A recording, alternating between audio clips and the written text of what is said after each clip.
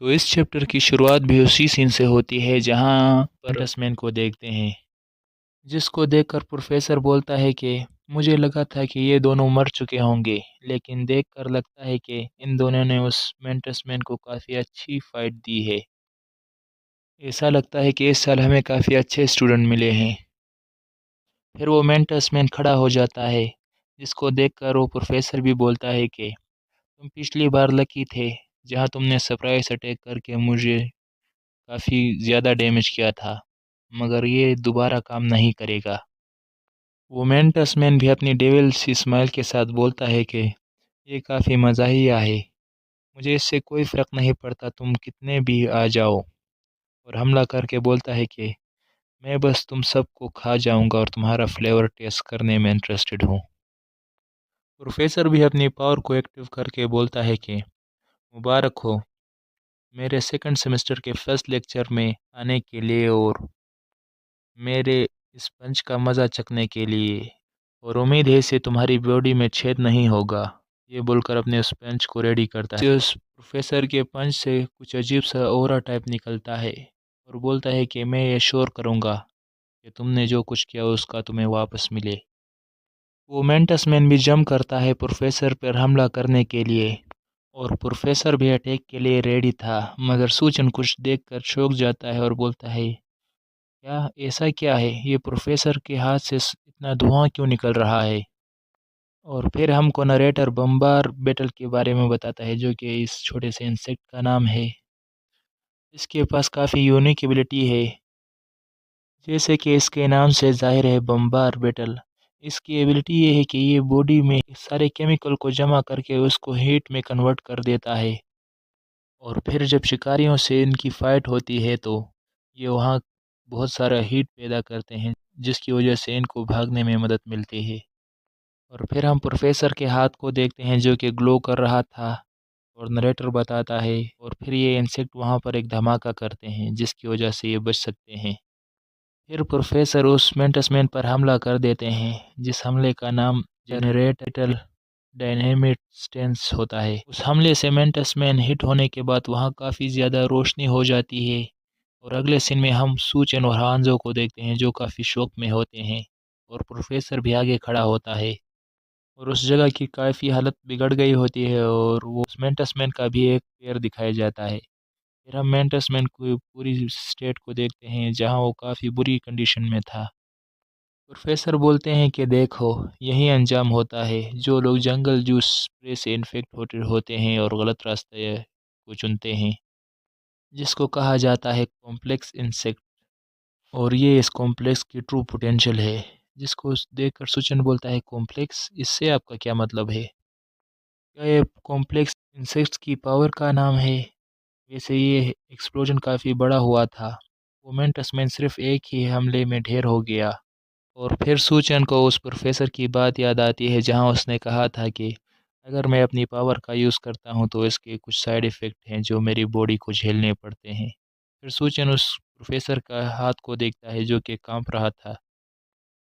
وہ پروفیسر اپنا ہاتھ پکڑ کر سوچن کو دیکھ کر بولتا ہے کہ یہی وجہ ہے کہ میں اپنی پاور کا یوز نہیں کر سکتا، کیونکہ مجھے اس کے لیے یہ قیمت چکانی ہوتی ہے، میری باڈی اس کو ہینڈل نہیں کر سکتی، اور یہ ایک ایسی حالت ہے جس سے میں ریکور نہیں کر سکتا۔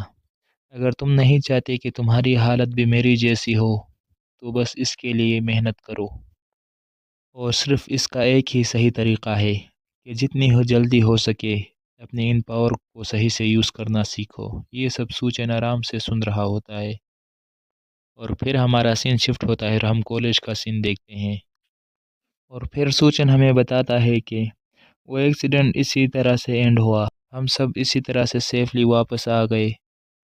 اور پھر ہم ہانزو اور سوچن کو دیکھتے ہیں جو کہ بیڈ پر پڑے ہوتے ہیں اور ان کو بہت سے بینڈیجز سے باندھا گیا تھا۔ سوچن ہانزو سے بولتا ہے کہ یہ اچھا ہوا کہ یہ سب ایسے اینڈ ہو گیا، اس کی وجہ سے پروفیسر نے جتنے بھی اسٹوڈنٹ فیل ہوئے تھے ان کو واپس بلا دیا اور کسی کو ایکسپیل بھی نہیں کیا، جس کو سن کر ہانزو بھی بولتا ہے کہ یہ تو ایک میریکل ہے۔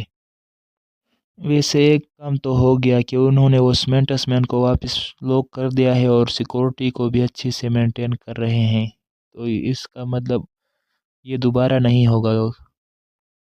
پھر سوچن بولتا ہے کہ یہاں پر ایک چیز ہے جو مجھے سمجھ نہیں آئی، یہ وہ کہ وہ لڑکی کہاں گئی۔ اور پھر ہم اس جگہ کا سین دیکھتے ہیں جہاں سوچن نے اس لڑکی کو ان رسیوں سے یا بیل ٹائپ جو بھی تھی ان سے باندھا تھا، وہ سارے کھل چکے ہوتے ہیں۔ اور سوچن بولتا ہے کہ انہوں نے اس لڑکی کو کھو دیا جس نے ماسک پہنا ہوا تھا۔ اور سوچن سوچتا ہے کہ اس اینٹینا گرل نے بولا تھا کہ یہ اچھی بات ہے کہ ہم لوگوں نے اس مینٹس مین کو واپس کسٹڈی میں لے آئے، لیکن سچائی سے بتایا جائے تو اس میں اکیلا کچھ نہیں کر سکتا تھا۔ جس کو دیکھ کر ہانزو بولتا ہے کہ تم کیا دیکھ رہے ہو؟ سوچن بولتا ہے کہ جیسے کہ پروفیسر نے کہا تھا میں وہ سب کر رہا ہوں۔ اور سوچن ایک ویڈیو دیکھ رہا تھا ڈریگن فلائی کے بارے میں تاکہ وہ اور ڈیٹیل جان سکے ڈریگن فلائی کے متعلق۔ میں بھی پلان کر رہا ہوں کہ میں بھی اس پروفیسر کی طرح اپنا ایک کمپلیکس بنا سکوں۔ پھر ہم رات کا سین دیکھتے ہیں جہاں پر سوچن سو رہا تھا اور ہانزو سائٹ میں نہیں ہوتا۔ وہ اپنے بیڈ سے اٹھ گیا ہوتا ہے اور بالکل جیسے کسی کے کنٹرول میں ہو ایسا لگ رہا تھا۔ ہم اس کی گردن پر اس ڈنک کا نشان دیکھتے ہیں جہاں اس اینٹ گرل نے مارا تھا۔ اور پھر ہم باہر جنگل کا سین دیکھتے ہیں جہاں پر ہانزو چل کر جا رہا تھا۔ وہ اچانک آ کر کسی کے سامنے آ جاتا ہے، وہ اور کوئی نہیں وہ اینٹ گرل تھی، جس کو دیکھ کر وہ اینٹ گرل کافی خوش ہوتی ہے اور بولتی ہے جیسے کہ میں نے تمہاری باڈی میں صرف ایک ہی پیرالائزنگ انجیکٹ نہیں کیا تھا۔ اور پھر ہم کو کوکروچز وسپ کے بارے میں بتایا جاتا ہے۔ کوکروچ کو کسی انسان یا کسی ہوسٹ کو کاٹنے کی وجہ سے ہوسٹ کو اپنے طرح کنٹرول کر سکتا ہے جیسے وہ کوئی زومبی ہو۔ وہ اینٹ گرل بولتی ہے کہ لگتا ہے انہوں نے یہ سب ایکسپیکٹ نہیں کیا تھا کہ ایسا ہوگا۔ وہ اینٹ گرل ہانزو سے بولتی ہے کہ کیا تمہیں پتہ ہے یہ جگہ بہت زیادہ گھٹیا اور بری ہے، یہاں پر بہت سارے جھوٹے اور مکار لوگ پڑے ہوئے۔ یہ جگہ ایک پنجرے کی طرح ہے جہاں ہم کو قید کیا جاتا ہے اور ہماری آزادی چھین لی جاتی ہے جیسے کہ اس مینٹس مین کے ساتھ ہو رہا ہے۔ پھر اینٹینا گرل اس ہانزو کا گلا پکڑ کر بولتی ہے کہ سارے نئے لوگوں کی حفاظت کرو، یہ سارا ایک جھوٹ ہے، اب نیکسٹ میں نہیں ہوگا ایسا، میں کسی کو پروٹیکٹ نہیں کروں گی۔ مگر اتنے میں اس پروفیسر کی ایک دم فاڑو انٹری ہوتی ہے اس جگہ پر جس کی وجہ سے وہ اینٹ گرل تھوڑی پیچھے ہٹ جاتی ہے۔ پروفیسر اس اینٹ گرل سے بولتا ہے کہ مجھے پتا تھا تم ایسا ہی کچھ کرو گی، لیکن کیا تمہیں نہیں لگتا تمہیں ان چیزوں سے دور ہٹنا چاہیے اور ان کے پاس نہیں آنا چاہیے جن کی میں حفاظت کرتا ہوں، اور میں تمہیں پکڑنا چاہتا تھا اسی لیے میں نے اس کے گلے پر یہ نشان دیکھنے کے بعد اسے چھوڑ دیا تھا اندر، مجھے پتا تھا تم ایسا ہی کچھ کرو گی۔ اور اپنی فسٹ کو ریڈی کرتے ہوئے بولتا ہے کہ تو تم کیا بتانا پسند کرو گی مجھے کہ تم کیا پلان کر رہی ہو؟ اور بیڈز ہو کر بولتا ہے کہ مجھے اس بات کا یقین ہے کہ میں حفاظت کر سکتا ہوں ان چیزوں کی۔ جس پر وہ اینٹ گرل بھی ایک سیلفی کا پوز بنا کر بولتی ہے کہ چلو پھر بات کر لیتے ہیں۔